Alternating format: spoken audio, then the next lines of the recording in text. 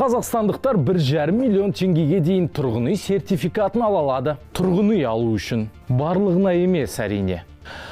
Алтын алқа, күміс алқа иегерлері, батыр аналары, ана даңқы иегерлері, мүгедек санатындағы балалары бар отбасылар, денсаулық сақтау, мәдениет, білім беру, спорт және өзге де сұранысқа ие салаларда қызмет атқаратын мамандар үшін қарастырылған. Қуануға асықпаңыздар, тегін емес. 15 жылға 0,01% үстемесімен 0,01, 0,1 болама қалай болады сонда? Күнкөріс деңгейі төмен отбасылар болса, қайтарымсыз түрде ала алады. Және үйді тек шаңырақ немесе бақытты отбасы ипотекалық бағдарламаларына алғашқы жарна ретінде сала аласыз. Құжаттарды қалай рәсімдеу керек дейсіз бе? Мінекей осылай. 1,5 миллион теңге үй алу үшін көп емес әрине, бірақ аз да емес қой. Өзге де қызықты ақпараттар Экспресс